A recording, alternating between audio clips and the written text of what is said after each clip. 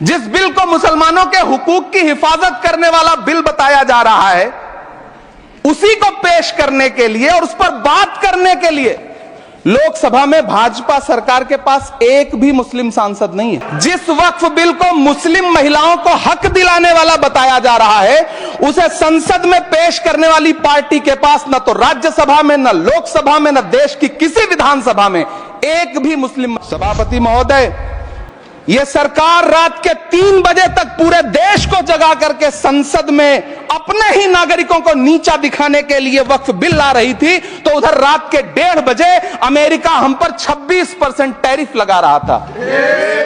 संख्या बल के आधार पर बिल हो सकता है आप पास करा ले, लेकिन आपको यह बात समझनी पड़ेगी कि हम तो वो तारीख हैं, जहनों में रहना है जिसे, कागजी पुर्जे नहीं जो फाड़ डाले जाएंगे। जिस जमीन पर मैं खड़ा हूं यह मेरी पहचान है। आप आंधी हैं तो क्या मुझको उड़ा ले जाएंगे? देश की एक बहुत बड़ी आबादी इस बात से खदशे में है, शक में है कि आप सीधे उनकी जमीनों को लूट करके धन्ना सेठों को बेचना चाहते हैं। गुजरात की बेटी बिल्किस के बलात्कारियों की रिहाई के बाद उन्हें माला पहनाने वाली लोगों के नेता यह कह रहे हैं कि यह बिल मुस्लिम महिलाओं को उनका हक दिलाएगा। धन्यवाद मोदी जी, क्या बढ़िया सौगातें मोदी दे रहे हैं आप। पहले हमें गुजराते मोदी दिया, आप सौगातें मोदी दे रहे हैं। किसानों के खिलाफ भी कानून लाए गए थे। जिस तरह आज वक्फ के फायदे गिनाए जा रहे हैं, उसी तरह से किसानों को भी कृषि कानूनों के फायदे गिनाए गए थे। लेकिन अंजाम क्या हुआ? 700 किसानों की शहादत लेने के बाद सरकार को अन्नदाता किसानों के सामने घुटने टेकने पड़े और कृषि कानून वापस लेने पड़े। इतना याद रखे कि इसी ठसक के साथ देश की संसद में सीए का कानून भी लाया गया था और कहा गया था बड़े बड़े भाषण देकर के कि पड़ोसी देशों से हिंदू भाइयों को ला करके यहां नागरिकता दी जाएगी। लेकिन मैं आपके संज्ञान में लाता हूं सर कि पिछले इतने दिनों में इनसे नागरिकता लेने के लिए 2000 व्यक्ति भी नहीं आए, जबकि इसके उलट इन्हीं की सरकार में पिछले 10 साल में 15 लाख से ज्यादा भारतीयों ने भारत की नागरिकता छोड़ करके दूसरे देश में जाकर के बस गए। यह हुआ उस कानून का अंजाम। मंत्री जी, मैं इस सदन में अलल ऐलान ये कहता हूं कि जब भी इस देश की जमीन को लहू की जरूरत होगी, आपसे 2 कदम आगे इमरान खड़ा मिलेगा। यह मैं आपसे यकीन दिलाते हुए कह रहा हूं। धन्यवाद सभापति महोदय। हम ही को कातिल कहेगी दुनिया, हमारा ही कत्लेआम होगा। हम ही कुएं खोदते फिरेंगे, हम ही पे पानी हराम होगा। सभापति महोदय, सन 1947 में दिल्ली की जामा मस्जिद की तारीखी सीढ़ियों पर खड़े होकर के भारत रत्न मौलाना अबुल कलाम आजाद साहब ने कहा था कि मुसलमानों कहां जा रहे हो, यह है तुम्हारा मुल्क, यहां तुम्हारे आबाओ अजदाद की कब्रें हैं। उस वक्त मौलाना आजाद की ये सदाएं सुन करके लोगों ने अपने सरों की गठरियां उतार करके रख दी थी। आज उसी दिल्ली में मौजूद देश की संसद में एक बिल आया है जो हमसे उसी जामा मस्जिद की सीढ़ियों के सबूत मांगेगा, जो उन्हीं सीढ़ियों के पास अपनी कब्र में सोए हुए मौलाना आजाद को फिर से कब्र से सदा देनी पड़ेगी कि ये जो कब्र है वो मेरी कब्र है, ये किसी सरकार की जागीर नहीं है। सभापति महोदय, मैं जहां खड़ा हूं इसी संसद भवन के सामने सड़क के उस पार अपनी कब्र में सोए हुए भारत के पूर्व राष्ट्रपति फखरुद्दीन अली अहमद की कब्र है। शायद अब उस कब्र से भी सदाएं आए कि ये कब्र मेरी कब्र है, ये सरकार की जागीर नहीं है। सभापति महोदय, मैं वक्फ कानूनों में किए जा रहे संविधान विरोधी बदलावों के खिलाफ बोलने के लिए खड़ा हुआ हूं। संविधान का आर्टिकल 14 हो, 29 हो, 30 हो, चीख चीख कर कहता है कि देश में सब बराबर के हकदार हैं। आर्टिकल 26 कहता है कि सबको अपने अपने मजहबी कामों के लिए मंदिर, मस्जिद, गिरजाघर, गुरुद्वारों का निर्माण करने का हक है और उसका रखरखाव का भी हक है। लेकिन डॉक्टर बाबा साहब अंबेडकर के संविधान को हर दिन कुचलने वाली यह सरकार देश के मुसलमानों से नफरत में इतनी अंधी हो गई है कि खुलेआम देश की संसद में देश सरकार के माइनॉरिटी मिनिस्टर साहब और होम मिनिस्टर साहब झूठ बोलते हैं और देश को गुमराह करते हैं। झूठ शब्द असत्य बोलते हैं। सरकार ने इस बिल का नाम उम्मीद रखा है। मंत्री जी कल से इसे देश के मुसलमानों के लिए नई उम्मीद बता रहे हैं। नहीं मंत्री जी, न तो यह बिल मुसलमानों के लिए नई उम्मीद है और न ही उम्मीद की नई किरण। सभापति महोदय, भाजपा ने पूरे देश में वक्फ के नाम पर कई सारे झूठ फैलाए हैं। आइए आज उनकी सच्चाई पर बात करते हैं। वक्फ ट्रिब्यूनल को संसदीय शब्द ऐसे बताया जाता है जैसे वक्फ ट्रिब्यूनल कोई मजहबी खाप पंचायत हो। सभापति महोदय, जबकि सच्चाई यह है कि वक्फ ट्रिब्यूनल भी तो सरकारी न्यायिक विभाग है, जिसमें सरकार द्वारा नियुक्त जज होते हैं, जिसमें प्रशासनिक अधिकारी होते हैं, कहीं ऊपर से थोड़ी आ गए। सभापति महोदय, देश के गृह मंत्री जी ने इसी सदन में कहा कि वक्फ ट्रिब्यूनल के फैसले के खिलाफ कोई कोर्ट नहीं जा सकता, जबकि सच यह है कि वक्फ एक्ट 1995 की धारा 83(9) के तहत हाई कोर्ट वक्फ ट्रिब्यूनल के फैसले की न सिर्फ समीक्षा कर सकता है बल्कि उसे बदल भी सकता है। सच तो यह है कि वक्फ बोर्ड खुद अपनी जमीनों के लिए कई सारी कोर्ट में मुकदमे लड़ रहा है। सभापति महोदय, दिल्ली की जिन 123 संपत्तियों को लेकर कल माइनॉरिटी मिनिस्टर, होम मिनिस्टर साहब और अभी आदरणीय नेता सदन बात कर रहे थे, आइए उनकी सच्चाइयों पे भी बात करते हैं। 1911 में जब अंग्रेजी हुकूमत ने कोलकाता के बजाय दिल्ली को राजधानी बनाने का फैसला किया, तो रायसीना हिल्स के चारों तरफ जो मुसलमानों की ढेर सारी जमीनें थी उनको एक्वायर किया गया और लुटियन को इसकी तामीर की जिम्मेदारी सौंपी गई। सेंट्रल विस्टा की तरह लुटियन जोन का मेगा प्लान तैयार हुआ, लेकिन उस वक्त के मुसलमानों ने उस वक्त की अंग्रेजी हुकूमत से अपनी इबादत गाहों को बचाने के लिए लड़ाई लड़ी। मामला ब्रिटिश गवर्नमेंट तक पहुंचा। तब यह तय हुआ कि वो जो धार्मिक स्थल हैं उन्हें जस का तस रहने दिया जाएगा। इंडिया गेट के बगल वाली मस्जिद हो, जाप्तागंज, सुनहरी बाग मस्जिद हो, पार्लियामेंट रोड वाली मस्जिद हो, ऐसी 123 संपत्तियों के मैनेजमेंट के लिए 1913 में मुसलमान वक्फ वैलिडेशन एक्ट बना और उसके बाद एक नया शहर बसाया गया जिसे लुटियंस जोन का नाम दिया गया।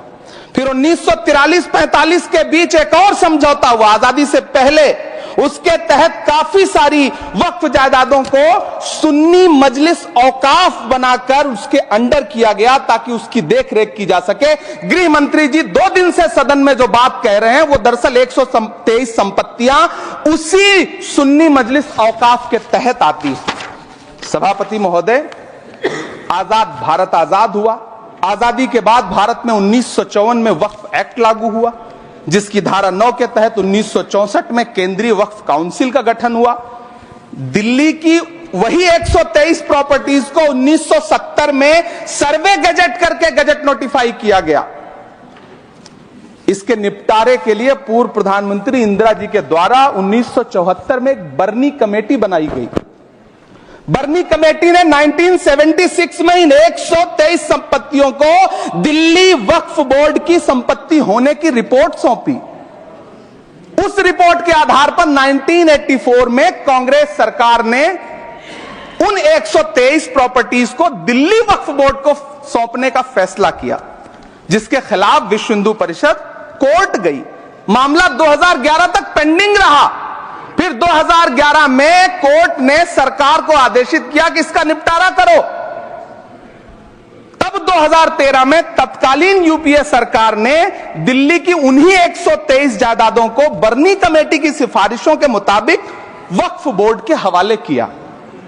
यही वो प्रॉपर्टीज हैं जिनके नाम से गृह मंत्री जी कल से कांग्रेस को कोस रहे हैं। फिर आई 2014 में भाजपा की सरकार, जो तब से इन जमीनों को हड़पने की साजिश कर रही है।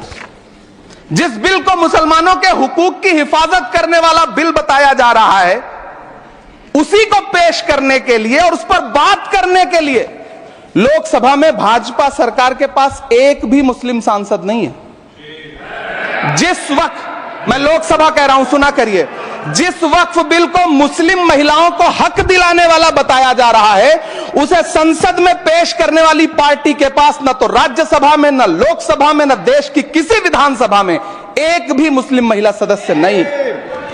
कल किरण रिजिजू जी कह रहे थे कि रेलवे की जमीनें देश की जमीनें हैं, डिफेंस की जमीनें देश की जमीनें हैं। हां मंत्री जी हैं, बिल्कुल हैं। ये जो वक्फ की जमीनें हैं ये हमारे पुरखों ने धार्मिक कामों के लिए डोनेट किया है, तो हम भी तो इसी देश के नागरिक हैं, हम भी तो इसी देश के बेटे हैं, तो वक्फ की जमीनें भी तो इसी देश की जमीनें हैं, उनको पराया क्यों बोलते हैं आप?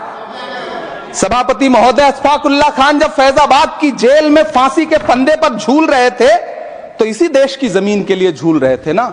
सभापति महोदय, अंडमान की जेल में काला पानी की सजा काटकर अपनी जान देने वाले मौलाना फजले हक खैराबादी हो या शेर खान अफरीदी हो, वो भी तो इसी जमीन के लिए अपनी जान दे रहे थे ना। सभापति महोदय, पाकिस्तान के खिलाफ लड़ते हुए अपनी जान देने वाले महावीर चक्र विजेता ब्रिगेडियर उस्मान हो या पाकिस्तान के पैटर्न टैंक उड़ाने वाला परमवीर चक्र विजेता वीर अब्दुल हमीद हो, वो भी तो इसी जमीन के लिए अपनी जान दे रहा था ना। और मंत्री जी, मैं इस सदन में अलल ऐलान ये कहता हूं कि जब भी इस देश की जमीन को लहू की जरूरत होगी, आपसे 2 कदम आगे इमरान खड़ा मिलेगा, ये मैं आपसे यकीन दिलाते हुए कह रहा हूं। सभापति महोदय, मैं सरकार से कहना चाहता हूं, हमसे हमारी इबादत गाहें तो मत छीनिए ना, हमारे घरों पे बुलडोजर तो मत चलाइए ना, हमारी कब्रों में तो हमें सुकून से सोने दीजिए ना। सभापति महोदय, माइनॉरिटी मिनिस्ट्री का बजट कट करके, मुस्लिम बच्चों की स्कॉलरशिप बंद करके अब सरकार कह रही है कि हम वक्फ की आमदनी से गरीब मुसलमानों का भला करेंगे। गुजरात की बेटी बिल्किस के बलात्कारियों की रिहाई के बाद उन्हें माला पहनाने वाली लोगों के नेता ये कह रहे हैं कि यह बिल मुस्लिम महिलाओं को उनका हक दिलाएगा। धन्यवाद मोदी जी, क्या बढ़िया सौगातें मोदी दे रहे हैं आप। पहले हमें गुजराते मोदी दिया, आप सौगातें मोदी दे रहे हैं। लेकिन यह सरकार इतना याद रखे कि इसी ठसक के साथ देश की संसद में सीए का कानून भी लाया गया था और कहा गया था बड़े बड़े भाषण देकर के कि पड़ोसी देशों से हिंदू भाइयों को ला करके यहां नागरिकता दी जाएगी। लेकिन मैं आपके संज्ञान में लाता हूं सर कि पिछले इतने दिनों में इनसे नागरिकता लेने के लिए 2000 व्यक्ति भी नहीं आए, जबकि इसके उलट इन्हीं की सरकार में पिछले 10 साल में 15 लाख से ज्यादा भारतीयों ने भारत की नागरिकता छोड़ करके दूसरे देश में जाकर के बस गए। यह हुआ उस कानून का अंजाम। सभापति महोदय, इसी तरह की जिद के साथ किसानों के खिलाफ भी कानून लाए गए थे। जिस तरह आज वक्फ के फायदे गिनाए जा रहे हैं, उसी तरह से किसानों को भी कृषि कानूनों के फायदे गिनाए गए थे। लेकिन अंजाम क्या हुआ? 700 किसानों की शहादत लेने के बाद सरकार को अन्नदाता किसानों के सामने घुटने टेकने पड़े और कृषि कानून वापस लेने पड़े। जिल्ले इलाही, जमहूरियत जो है वो नफरत और ठसक से नहीं चलती है, अकड़ से नहीं चलती है, उसमें सबकी हिस्सेदारी जरूरी है। कल देश के माइनॉरिटी मिनिस्टर ने लोकसभा में खड़े होकर एक शेर सुनाया था कि मुझसे कोई बदगुमा न हो, तो मैं उन्हें एक शेर सुनाना चाहता हूं कि मैं आज जद पे हूं तो इतना खुशगुमान न हो, मैं आज जद पे हूं तो इतना खुशगुमान न हो, चराग सबके बुझेंगे हवा किसी की नहीं। नीतीश कुमार जी हो, चंद्रबाबू नायडू जी हो, चिराग पासवान जी हो, जयंत चौधरी जी हो, देवे गौड़ा जी हो, जीतन राम मांझी जी हो, सबको समझना पड़ेगा कि जब जंगल में आग लगती है तो न वो बरगद बचते हैं जो हवा को आंधी में तब्दील करते हैं, न वो बांस बचते हैं जो आपसी रगड़ से चिंगारी पैदा करते हैं।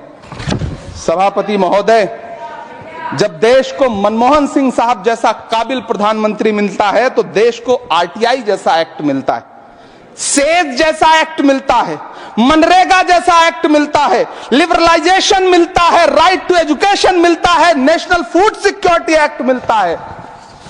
लेकिन जब देश को सौगातें मोदी मिलती है तो क्या मिलता है? सीए मिलता है, फॉर्म्स लॉ मिलता है, आर्टिकल 370 मिलता है, इलेक्टोरल बॉन्ड जैसा एक्ट मिलता है और वक्फ अमेंडमेंट एक्ट जैसे बिल देश को मिलते हैं। मुझे तो अपने हमवतन भाइयों से पूछना है कि आपको अपने बच्चों की तरक्की, खुशहाली और नौकरी की दरकार है या फिर मुसलमानों की दान की गई जमीनों को लूटकर धन्ना सेठों को देने की साजिश करने वाले कानून की? सभापति महोदय, यह सरकार रात के 3 बजे तक पूरे देश को जगा करके संसद में अपने ही नागरिकों को नीचा दिखाने के लिए वक्फ बिल ला रही थी, तो उधर रात के 1:30 बजे अमेरिका हम पर 26% टैरिफ लगा रहा था। सरकार की प्राथमिकताएं देश को पता।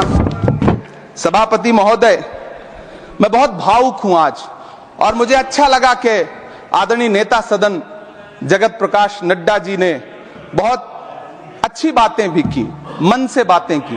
क्योंकि उनके नाम में प्रकाश जुड़ा है तो मैं उनमें हमेशा एक रोशनी की किरण देखता हूं। मैं उनके सामने बहुत अदब से यह बात कहना चाहता हूं कि चिरागों के सफर में दबदबा हो आंधियों का तो फिर अंजाम जुल्मत के सिवा कुछ भी नहीं होगा। यह दुनिया नफरतों के आखिरी स्टेज पर है, इलाज इसका मोहब्बत के सिवा कुछ भी नहीं होगा। मैं भावुक हूं, मेरी पलकें गीली हैं।